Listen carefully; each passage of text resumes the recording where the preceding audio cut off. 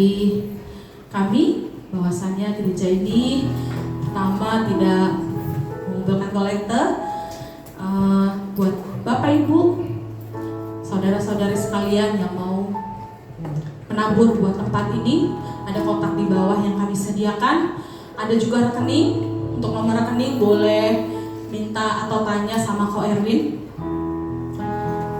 Demikian pengumuman hari ini. Kita mau masuk lagi, lebih lagi ke hadirat Tuhan. Kita mau mendengarkan firman Tuhan. Satu-satunya yang kita perlukan dalam hidup ini adalah firman. Amin. Waktu kita letih, waktu kayaknya gak ada jawaban, ada Tuhan satu-satunya tempat. Kayaknya tuh oh iya masih ada harapan, oh iya akan selesai, oh iya dan oh iya. Itu yang membuat kita sampai hari ini masih hidup. Amin. Karena kita tahu waktu nafas ini masih ada, kita masih diproses sama Tuhan. Amin. Belum selesai pekerjaan tangan Tuhan dalam hidup kita. Kita yakin sama-sama sampai kita kembali ke rumah Bapa. Tangan Tuhan memproses dan pegang kita. Amin. Kita mau saat teduh sebentar.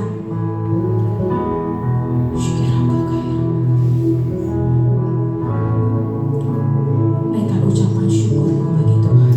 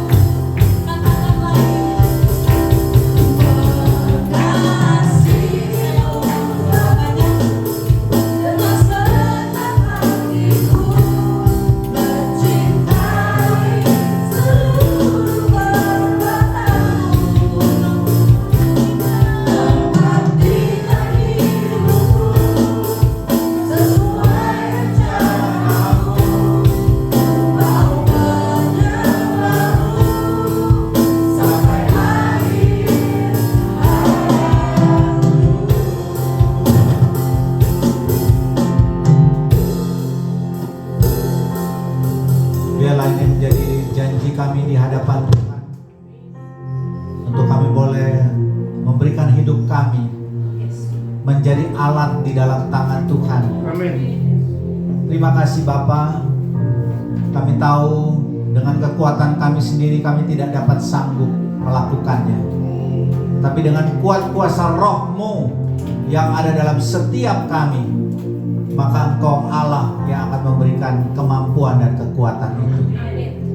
Terima kasih Bapa untuk ibadah pada hari ini tanggal 11 Juni 2023. Kami boleh bersama-sama kembali di tempat ini memuji, menyembah nama Tuhan.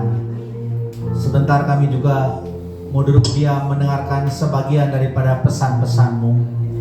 Berbicara kepada setiap kami Tuhan lewat mulut lidah bibir hamba-Mu ini. Kuduskan, layakkan setiap kami, sehingga pengurapan Allah dari tempat yang maha tinggi boleh turun atas setiap pribadi lepas pribadi di tempat ini, tidak terkecuali juga atas hamba-Mu, sehingga kami boleh mengerti apa yang menjadi maksud dan rencana-Mu dalam setiap kami.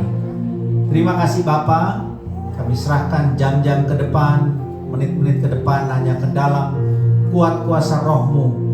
Engkau yang menguasai setiap hati dan pikiran kami, sehingga kami boleh fokus kepada kebenaran firman-Mu. Dan ketika kami pulang nanti kami boleh diberkati Tuhan. Terima kasih Bapa. Kami mengucap syukur dan kami sambut setiap kebenaran firman-Mu hanya di dalam nama Tuhan Yesus. Kita yang siap mendengarkan firman Tuhan, boleh sama-sama kita katakan amin. Kita berikan kemuliaan bagi Tuhan. Silakan duduk. Bapak Ibu Saudara yang dikasihi Tuhan, Shalom. Shalom. Apa kabar Bapak Ibu? Luar biasa. Luar biasa. Puji Tuhan, kita punya Tuhan yang luar biasa. Amin. Nah, pagi hari ini kita diberikan sebuah tema yang khusus, tema yang spesial, ya. Adalah temanya kepunyaan Kristus. Berapa banyak di sini yang yakin dan percaya bahwa setiap kita ini adalah kepunyaan atau miliknya Kristus? Boleh katakan? Oh, puji Tuhan ya. Kita semua yakin dan percaya bahwa kita adalah kepunyaan atau milik Kristus. Nah, Bapak Ibu, pada pagi hari ini saya diberikan satu ayat referensi dari kebenaran firman Tuhan ini yang terambil dari kitab Kidung Agung, ya. Kidung Agung adalah menggambarkan sebuah kisah cinta. Berapa banyak di sini yang sudah berpasangan atau sudah berkeluarga, suami istri? Boleh katakan ke sebelahnya, kita mau belajar tentang kisah cinta loh. Haleluya. Ya. Kan kalau di film-film kita tahu kisah cinta yang terkenal itu siapa? Romeo dan Juliet, ya. Kalau versi Indonesia ada Galih dan Ratna. Ya, berarti ketahuan tuh umur-umurnya ya kalau masih tahu Galih dan Ratna gitu ya. Kalau yang sekarang? Dilan. Oh, Dilan, ya. Dilan dan Mile ya. Wah, anak muda masih tahu ya. Puji Tuhan. Oh gitu ya. Ya. Tapi kisah cinta yang akan kita pelajari pada pagi hari ini, kisah cinta yang luar biasa. Karena ini menggambarkan tentang kisah cinta Allah dengan manusia, yang digambarkan melalui kitab Kidung Agung. Nah, saya tahu ada beberapa hamba Tuhan atau pembicara maupun pengkhotbah itu agak risih dalam tanda kutip membahas dari kitab Kidung Agung. Berapa banyak di sini yang sudah baca kitab Kidung Agung? Ada yang sudah baca?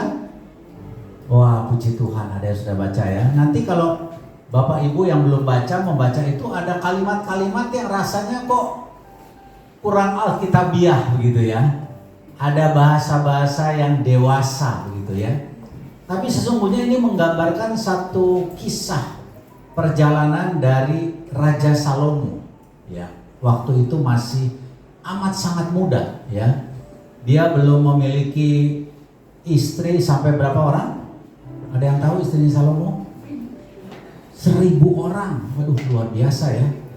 Jadi dengan satu istri dia bisa ketemu nanti 3 tahun setelahnya baru dia ketemu lagi dengan orang yang sama gitu. Kira-kira ya kalau dihitung di rata-rata. Nah, tapi satu hal yang luar biasa kalau kita melihat, kalau tadi kita mendengar tentang kisah Romeo dan Juliet, ya, tentang Galih dan Ratna, tentang Dilan dan Milia, atau juga kisah pewayangan Rama dan Sinta. Nah, di dalam Alkitab pun kita melihat ada beberapa kisah cinta sejati. Ya, selain yang tadi saya sebutkan, Salomo dan perempuan Sunem. Ya, di dalam kitab Kidung Agung itu yang ditulis oleh Raja Salomo itu adalah kisah Salomo masih muda dengan seorang perempuan Sunem. Dan diyakini oleh para ahli Alkitab bahwa ini adalah wanita pertama yang hadir dalam kehidupan Salomo. Ya, sebelum dia menjadi raja, bahkan bertemu dengan istri-istri yang jumlahnya 1000 orang itu. Ya. Nah, kita melihat ada kisah tentang Ishak dan Ribka. Kita juga kenal yang paling ekstrim kisah Hosea dan Gomer. Siapa Gomer? Ternyata Gomer ini adalah seorang pelacur, seorang wanita yang melakukan banyak hal yang tidak baik. Tapi Tuhan memerintahkan Hosea untuk menikahi wanita tersebut. Luar biasa ya.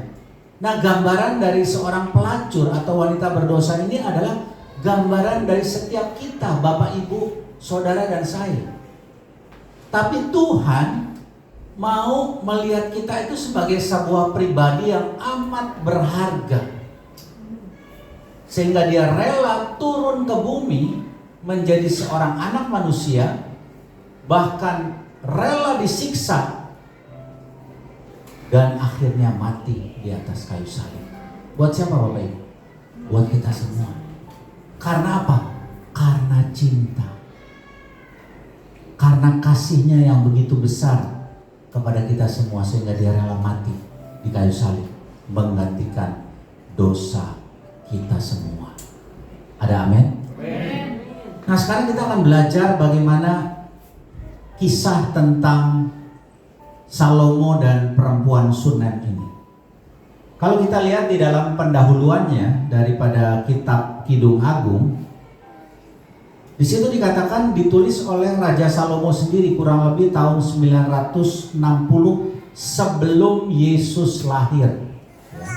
Sebelum Masehi itu berarti sebelum Yesus lahir. Susunan kitabnya ternyata tidak banyak, cuma berapa pasal? 8 saja.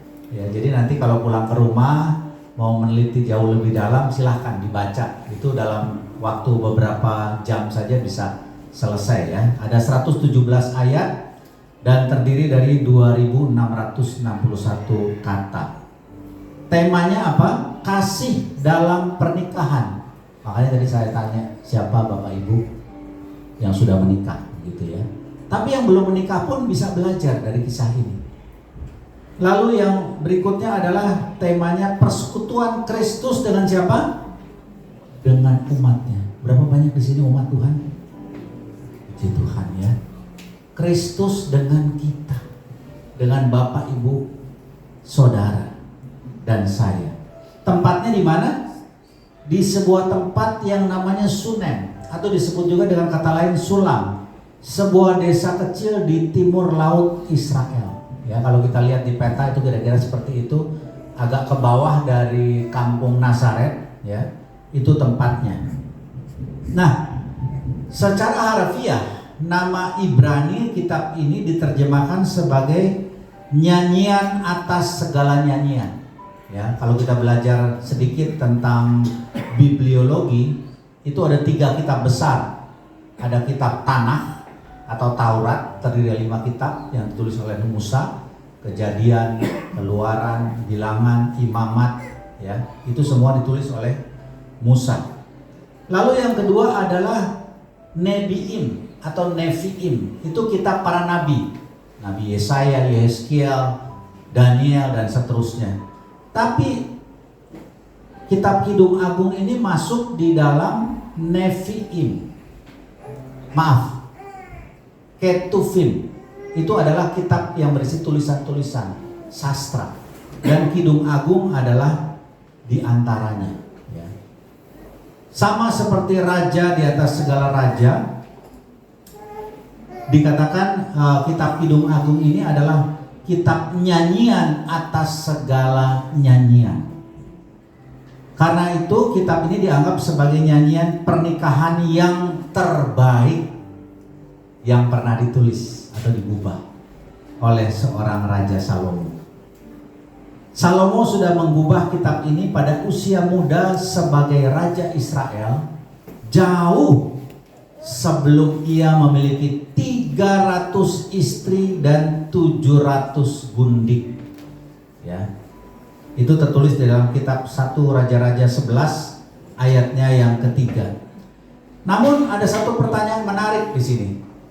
Bagaimana Salomo bisa memakai bahasa yang menunjukkan monogami, pernikahan dengan satu orang, jikalau dia sudah mempunyai 140 istri dan gundik?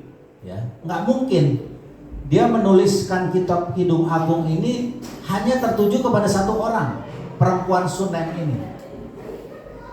Jawabannya adalah mungkin bahwa gadis Sulam itu atau perempuan Sunem itu adalah istri pertama Salomo pada masa muda sebelum ia naik tahta.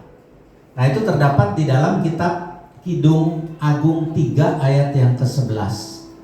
Coba kita buka sebentar Alkitab kita dari kitab Kidung Agung 3 ayatnya yang ke-11.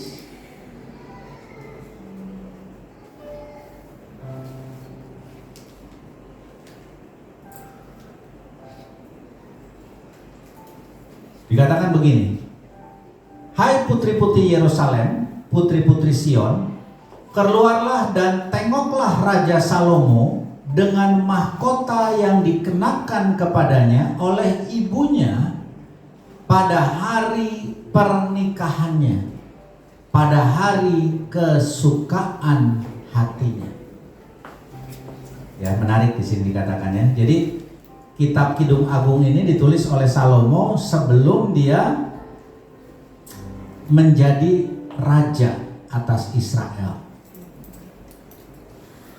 Nah, gadis Sulam yang dilukiskan sebagai gadis biasa dari pedesaan, menarik dan jelita, bahkan juga digambarkan dalam beberapa kisah yang lain. Dia itu ternyata seorang gadis yang kulitnya berwarna agak gelap. Ya. Kalau sekarang kan ibu-ibu, para wanita itu mengkonotasikan kecantikan itu kulitnya harus apa? Glowing ya. Harus putih, harus cerah. Ternyata gadis Sunem ini agak sedikit berwarna gelap gitu ya. Nah, menarik ini ya. Nah, perasaan Salomo terpikat secara mendalam dengan gadis ini, sebagaimana biasanya orang terpikat pada kekasih dan pengantin pertamanya. Sekali lagi, berapa banyak di sini yang sudah menikah? Masih ingat pertemuan pertama Anda dengan pasangan Anda sekarang? Kalau udah nggak ingat, wah itu repot ya. Nanti di rumah bisa terjadi masalah.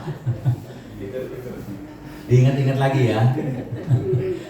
Nah, secara liturgis, Kidung Agung ini menjadi salah satu di antara 5 gulungan ketiga Alkitab Ibrani yang tadi saya sebutkan, Tanakh, Nevi'im, dan Ketuvim atau tulisan-tulisan.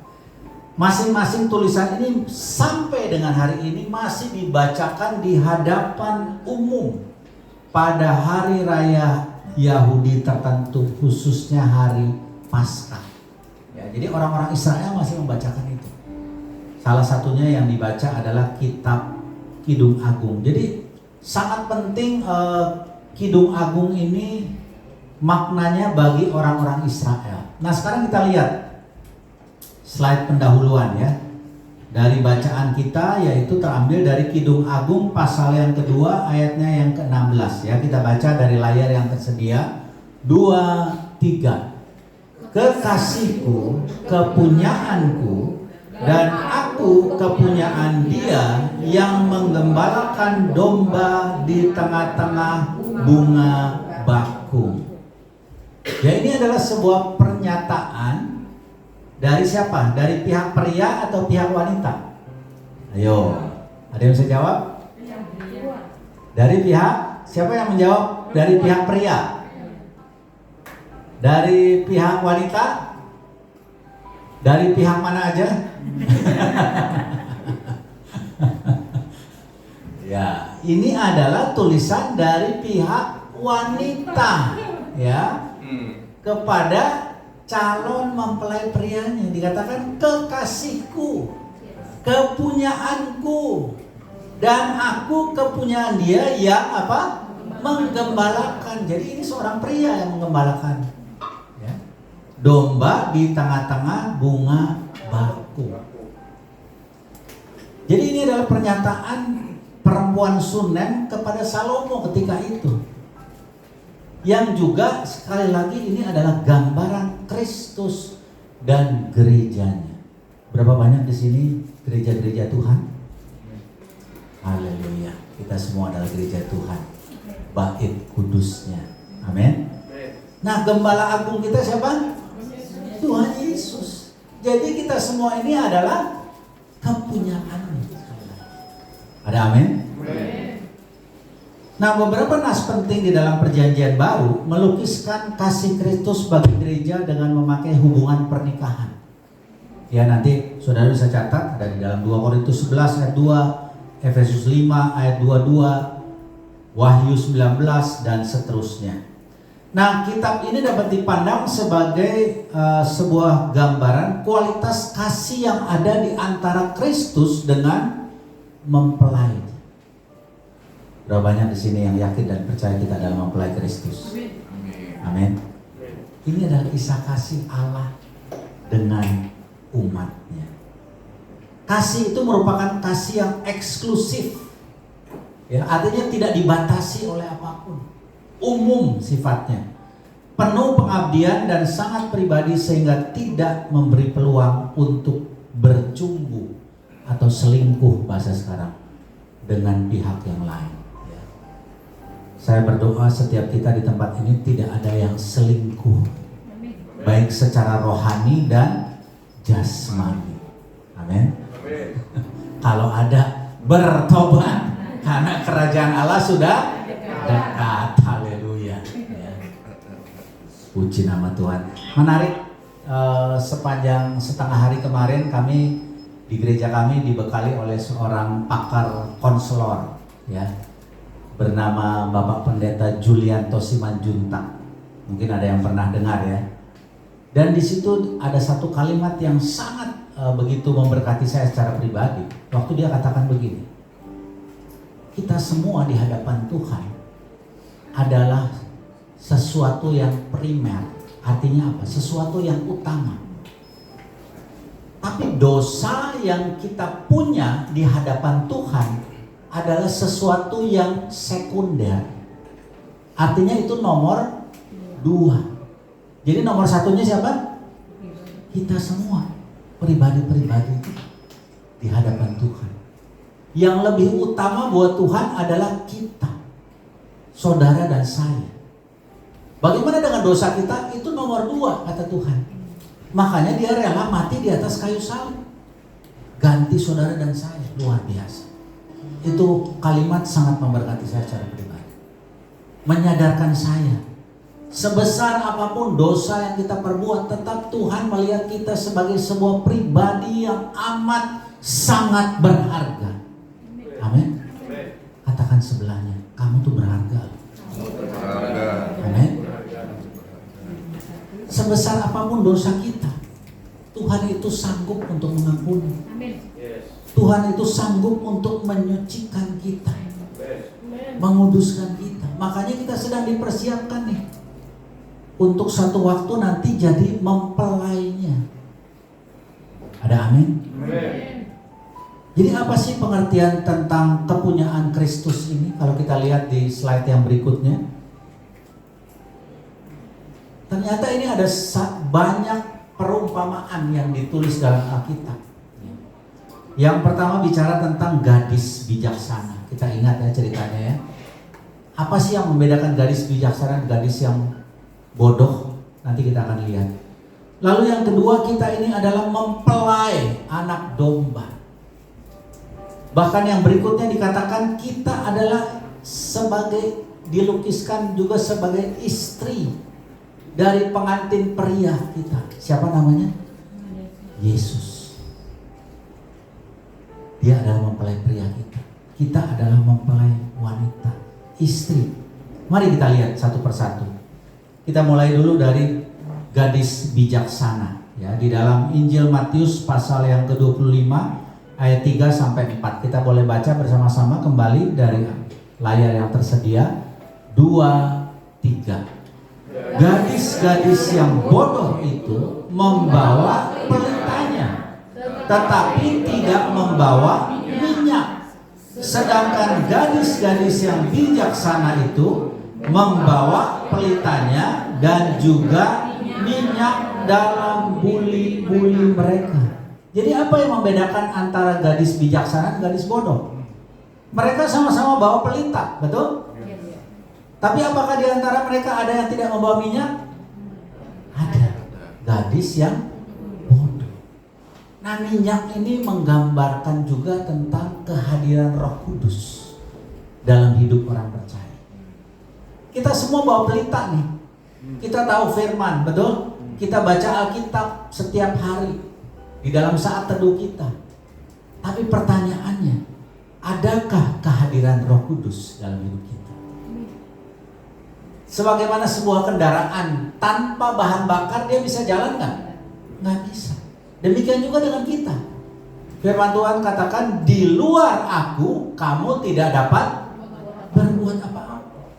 Jadi tanpa kehadiran Roh Kudus dalam hidup kita, kita nggak akan bisa berbuat apa-apa. Kita nggak akan bisa bergerak kemana-mana. Jadi penting yang namanya minyak ini ada dalam kehidupan orang percaya. Amin. Berapa banyak di sini yang mau menjadi seperti gadis bijaksana? Amin. Biarlah kehadiran Roh Kudus senantiasa ada dalam keseharian kita, dalam setiap aktivitas kita, baik di rumah, baik di pekerjaan, di kantor, di kampus, di sekolah. Biarlah kehadiran Roh Kudus itu nyata di dalam kehidupan kita. Amin, Bapak Ibu. Amin. Nah, ini bicara tentang gadis. Kalau di dalam orang-orang tua zaman dulu, ya, ada istilah yang namanya bibit, bebet, bobot. Bibit itu apa sih? Ini bicara tentang garis keturunan, latar belakang keluarganya. Seperti apa sih seseorang itu yang layak dijadikan calon istri kira-kira, atau calon suami? Dilihat dari bibitnya, bagaimana latar belakang keluarganya, garis keturunannya. Lalu yang kedua ada namanya bebet. Bebet itu status sosialnya, ya. Apakah ini keluarga yang dihormati, keluarga yang artinya disegani di lingkungan masyarakat dan seterusnya. Dan juga ada yang namanya bobot. Bobot itu bicara tentang kepribadian, tentang latar belakang pendidikan dan seterusnya. Nah, saya mau katakan kepada Bapak Ibu Saudara bahwa sebagai sebuah pasangan suami dan istri, kita harus menjadi pasangan yang sepadan. Katakan sepadan. Artinya apa? Bibit, bebet, bobotnya itu harus kurang lebih sama, atau tidak jomplang gitu. Tidak ada gap yang terlalu jauh. Sehingga apa? Ketika kita membangun sebuah keluarga, hubungan suami istri itu, kita nggak jauh-jauh amat ini. Saya bersyukur punya seorang pasangan, seorang istri yang sudah saya nikahi lebih daripada 25 tahun. Dan saya melihat bagaimana dalam perjalanan hidup kami sebagai pasangan suami istri, kami saling menopang, saling mendukung. Ketika saya diizinkan dapat beasiswa untuk sekolah lagi, saya tiba-tiba tergerak juga untuk membawa dia untuk mengikuti. Saya dorong dia juga untuk sekolah. Saya dorong dia juga untuk belajar. Supaya apa? Komunikasi kami tuh nyambung. Ya. Jadi sepadan itu bukan hanya bicara tentang iman. Itu dasar, ya. Seiman itu dasar, fondasinya. Tapi dalam perjalanan kita harus saling membangun satu dengan yang lain. Di dalam mendidik anak, di dalam membangun keluarga, ya. Bahkan juga di dalam pengetahuan dan juga hikmat Tuhan. Amin. Makanya kemanapun saya pergi melayani, sampai dengan hari ini saya selalu tidak pernah tidak didampingi oleh istri. Kemanapun, mau ke tempat kecil, tempat sedang, ke pelosok, ke kota besar, saya selalu didampingi oleh dia. Kemanapun. Karena apa? Itu memberikan saya sebuah dorongan, semangat. Ada waktu-waktu di mana saya rasanya lemah, capek. Nah, siapa yang menguatkan? Istri saya. Sahabat. Kami ini seperti seorang sahabat satu dengan yang lain. Ya, bukan hanya sekedar pasangan. Curhat, komunikasi, marah juga, ya, berdebat, berargumentasi. Jadi sparring partner. Bukan dalam hal tinju ya. Jangan jadi nanti pasangan jadikan sansak gitu ya, enggak ya. Tapi dalam hal komunikasi. Dalam banyak hal kami menyepakati segala sesuatu itu secara bersama-sama. Nah, ini yang disebut dengan ketika hidup kita itu dipenuhi dengan kehadiran Roh Kudus di dalam membangun keluarga. Itu yang akan menjadikan sebuah pernikahan itu langgeng. Ya. Orang dulu bilang bibit, bebet, dan bobot. Tapi saya mau katakan sepadan di hadapan Tuhan. Amin. Sepadan di hadapan Tuhan. Nah, yang kedua, apa yang digambarkan oleh Alkitab sebagai seorang yang dipersiapkan menjadi kepunyaan Kristus? Kita ini digambarkan seperti mempelai anak domba. Mari kita baca bersama-sama dari kitab Wahyu 21 ayat yang ke-9 dari layanan tersedia. 2, 3. Maka datanglah seseorang dari ketujuh malaikat yang memegang ketujuh cawan yang penuh dengan ketujuh malapetaka terakhir itu. Lalu ia berkata kepadaku, katanya, marilah ke sini. Aku akan menunjukkan kepadamu pengantin perempuan mempelai anak domba. Jadi nanti setelah peristiwa pengangkatan gereja, pengangkatan orang percaya di akhir zaman, itu ada yang namanya perjamuan kawin anak domba di sorga. Sementara di bumi ini ada masa aniaya selama 7 tahun, 3,5 tahun kali 2. Di sorga ada yang namanya perjamuan kawin anak domba. Siapa yang dipertunangkan dengan Tuhan Yesus? Kita semua orang percaya, amin. Gerejanya dipertunangkan. Ada perjamuan kawin besar-besaran. Dan inilah yang terjadi. Kita digambarkan sebagai mempelai anak domba. Nah, sekarang saya mau tanya, yang jadi mempelai itu biasanya orang yang umurnya masih kanak-kanak, atau remaja, atau orang yang rohaninya itu masih belum cukup, atau seperti apa? Kita sepakat pasti orang yang sudah dewasa secara rohani, secara jasmani, betul? Nah, demikian juga dengan kita. Kita sedang dipersiapkan nih untuk terus bertumbuh, berkembang. Itu adalah tanda-tanda ciri-ciri orang percaya yang sehat. Saya bawa sebelahnya. Kamu masih sehat nggak? Haleluya. Saya percaya di sini semuanya orang-orang yang sehat, jasmani dan rohani. Amin. Artinya kita sedang dipersiapkan untuk terus bertumbuh dan berkembang menjadi mempelai anak domba, mempelai Kristus. Demikian juga di dalam perjalanan ini ada banyak proses Bapak Ibu. Ada banyak tantangan, ada banyak pergumulan. Waktu saya diberikan tema hari ini dari kitab Kidung Agung, waduh, terus terang, sepanjang saya melayani sudah 25 tahun, baru kali ini saya menyampaikan khotbah dari kitab Kidung Agung. Tapi saya senang setiap kali saya dipercayakan untuk melayani tempat ini ada sebuah tantangan buat saya. Saya harus studi lagi nih, walaupun saya sudah belajar Alkitab, tapi saya harus kembali diingatkan lagi. Dan tantangan itu justru yang membuat kita berkembang. Amin.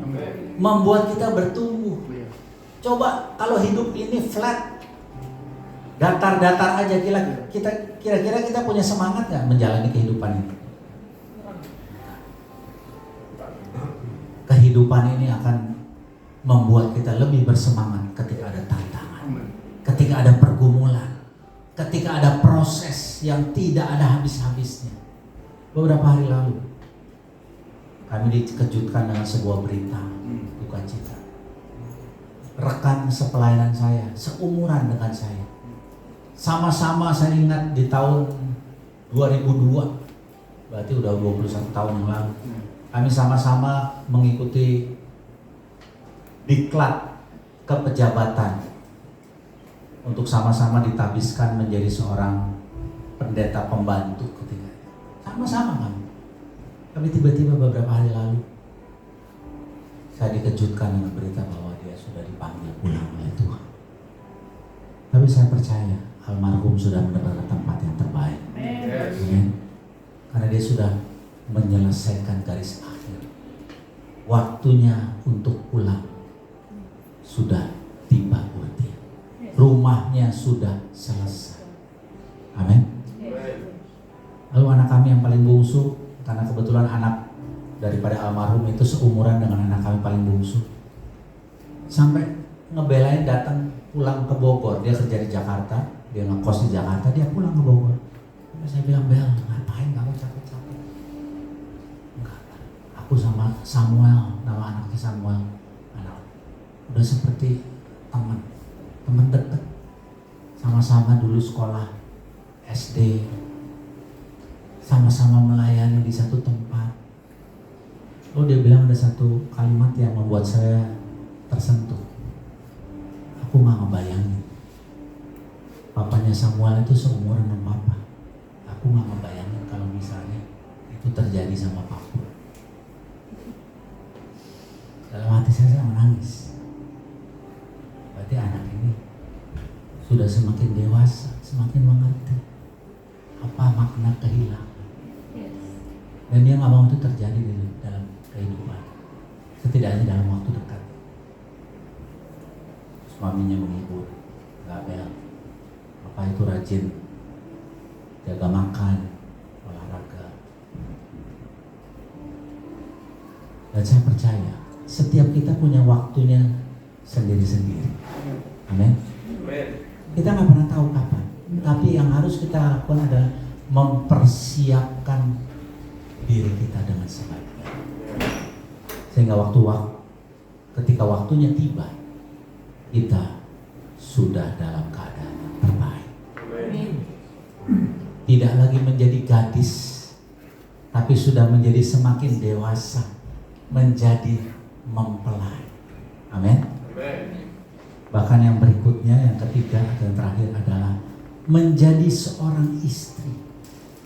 Di dalam kitab Efesus pasal yang kelima ayat 31 sampai 32 kita akan kembali bacakan dari layar yang tersedia. 2, 3. Sebab itu laki-laki akan meninggalkan ayahnya dan ibunya dan bersatu dengan istrinya, sehingga keduanya itu menjadi satu daging. Rahasia ini besar, tetapi yang aku maksudkan ialah hubungan Kristus dan jemaat. Perhatikan kata-kata bersatu dengan istrinya. Dan kalimat yang kedua, hubungan Kristus dan jemaat. Kita ini bukan hanya diminta oleh Tuhan menjadi gadis yang bijaksana. Tapi tadi yang kedua, kita juga sedang dipersiapkan menjadi mempelai anak domba. Dan pada akhirnya nanti kita akan bersatu dengan mempelai pria. Kita sebagai mempelai wanita. Ini bicara tentang hubungan Kristus dengan Anda dan saya. Amin.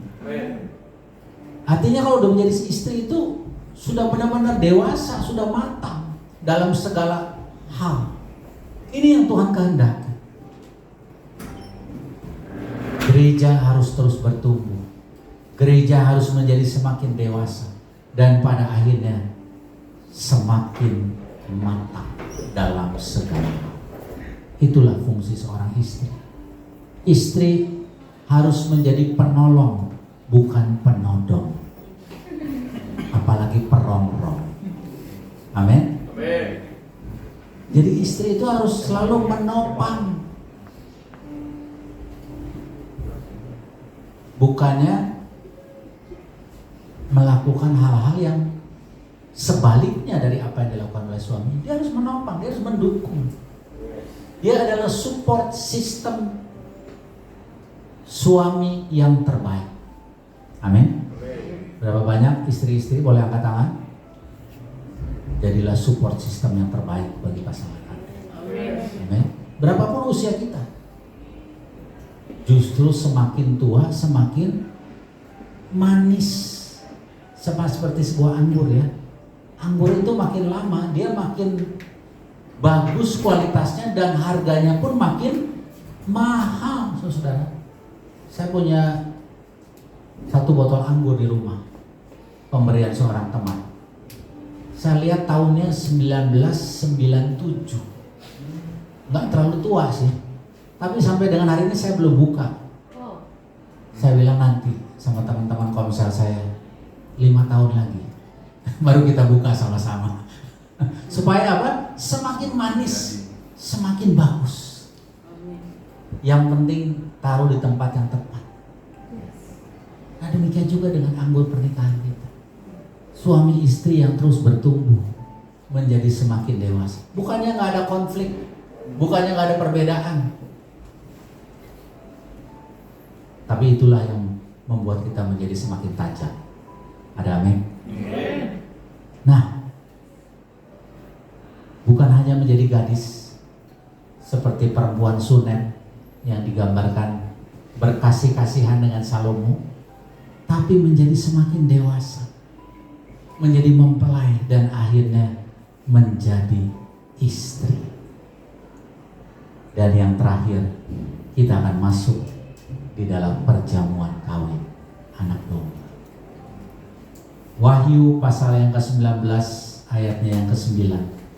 Lalu ia berkata kepadaku, tuliskanlah, berbahagialah mereka yang diundang ke perjamuan kawin anak domba. Katanya lagi kepadaku, perkataan ini adalah benar. Perkataan-perkataan dari Allah. Ini perkataan Tuhan sendiri. Bahwa sekali kelak kita akan disebut sebagai orang yang berbahagia ketika kita masuk diundang ke perjamuan kawin. Bukan sebagai undangan, bukan sebagai tamu, tapi sebagai mempelai wanitanya Kristus. Amin. Pagi hari ini kita belajar satu hal, kita diingatkan oleh kebenaran firman Tuhan. Berapa banyak di sini yang mengerti bahwa kita adalah kepunyaan Kristus? Kita semua adalah kepunyaan Kristus. Amin. Pertanyaannya, apa yang menjadi komitmen kita? Mau terus bertumbuh? Mau terus menjadi semakin dewasa? Mau terus menjadi orang-orang yang matang dalam segala hal, aspek dalam kehidupan kita? Ayo kita persiapkan diri dengan lebih baik lagi. Bapak Ibu dikasih Tuhan, saya tutup dengan satu ayat yang terambil dari 1 Petrus 2 ayat yang ke-9. Kita boleh buka bersama-sama ayat ini. 1 Petrus 2 ayat yang ke-9, memang tidak saya cantumkan di slide. Nah, biarlah ayat ini menjadi ayat pegangan buat kita semua sebagai pesan Tuhan pada pagi hari ini. 1 Petrus 2 ayat yang ke-9, yang sudah menemukan boleh katakan amin. Amin. Kita baca bersama-sama ayat ini 2, 3. Tetapi kamulah bangsa yang terpilih, imamat yang rajani, bangsa yang kudus, umat kepunyaan Allah sendiri, supaya kamu memberitakan perbuatan-perbuatan yang besar dari Dia yang telah memanggil kamu keluar dari kegelapan kepada terangnya yang ajaib. Garis bawahi kata-kata umat kepunyaan Allah. Kenapa kita dijadikan umat kepunyaan Allah? Supaya kita memberitakan perbuatan-perbuatan yang besar. Kita bukan lagi milik dunia. Kita bukan lagi milik si jahat atau si iblis. Tapi kita sudah ditebus menjadi umat kepunyaan Allah. Untuk apa? Supaya kita memberitakan perbuatan-perbuatan yang besar yang Tuhan sudah lakukan dalam hidup. Kepada banyak orang kita jadi berkat. Kita menunjukkan jati diri kita sebagai kepunyaan Kristus. Mari kita bangkit berdiri. Saya undang worship leader untuk maju ke depan. Kita akan naikkan sebuah pujian.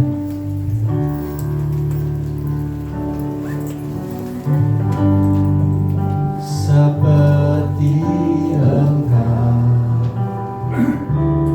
begitu mengasihiku, Kau Tuhan sanggup menjawab semua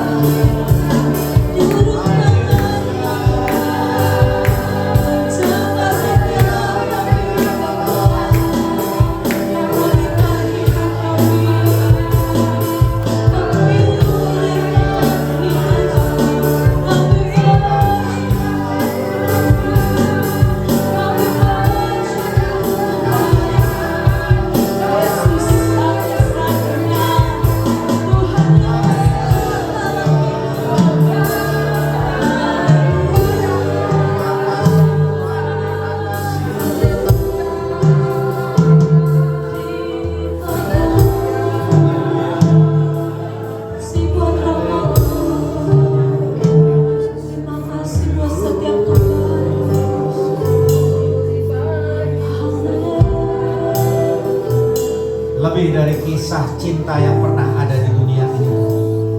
Bahkan kisah perempuan Sunem dan Salomo. Kasih-Mu terlebih besar atas setiap kami, yang menjadikan kami kepunyaan-Mu, milik-Mu sendiri. Bahkan mempelai Kristus yang siap menyambut kedatangan-Mu di awan yang permai, masuk dalam perjamuan kawin anak domba. Terima kasih Tuhan, Kau mengingatkan kami pada pagi hari ini bahwa kami adalah umat kepunyaan-Mu, supaya kami dapat memberitakan perbuatan-perbuatan yang besar yang Tuhan sudah lakukan dalam hidup kami, memperbarui hidup kami, mengubah setiap kami menjadi semakin serupa dengan Engkau oleh kuasa Roh Kudus yang senantiasa hadir dalam kehidupan kami. Terima kasih Tuhan. Kami angkat tangan kanan kami di hadapan Tuhan. Kami berjanji di hadapan-Mu Tuhan, kami mau terus bertumbuh semakin dewasa,